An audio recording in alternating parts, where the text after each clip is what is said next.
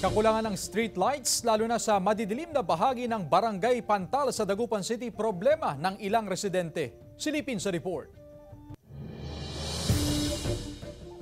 Madalas daw manakawan ng bobo cage na ginagamit sa panghuli ng hipon ang residenteng si Rodel Lompero ng Barangay Pantal, Dagupan City. Dahil madilim daw sa kanilang lugar tuwing gabi, bunsod ng kawalan ng streetlight, hirap daw siyang makilala ang mga dumadaan doon. Ngayon na nilagyan na ng solar streetlight ang ilang bahagi ng barangay, kahit papaano raw, lumiwanag na ang kanilang lugar. Lalo pag may mga taong hindi kakilala, pumapasok, hindi sila nakikita, hindi sila namumukuhan. Kaya ang problema din namin talaga yung sa madilim na kalsada. Kailangan talaga mas malinaw yung street light. Ayon sa barangay, target na mailagay ang mga solar street lights sa mga looban. Aabot sa 30 na solar street lights ang target na maipatayo sa barangay. Mahalaga raw ito upang maiwasan ang insidente ng nakawan sa lugar.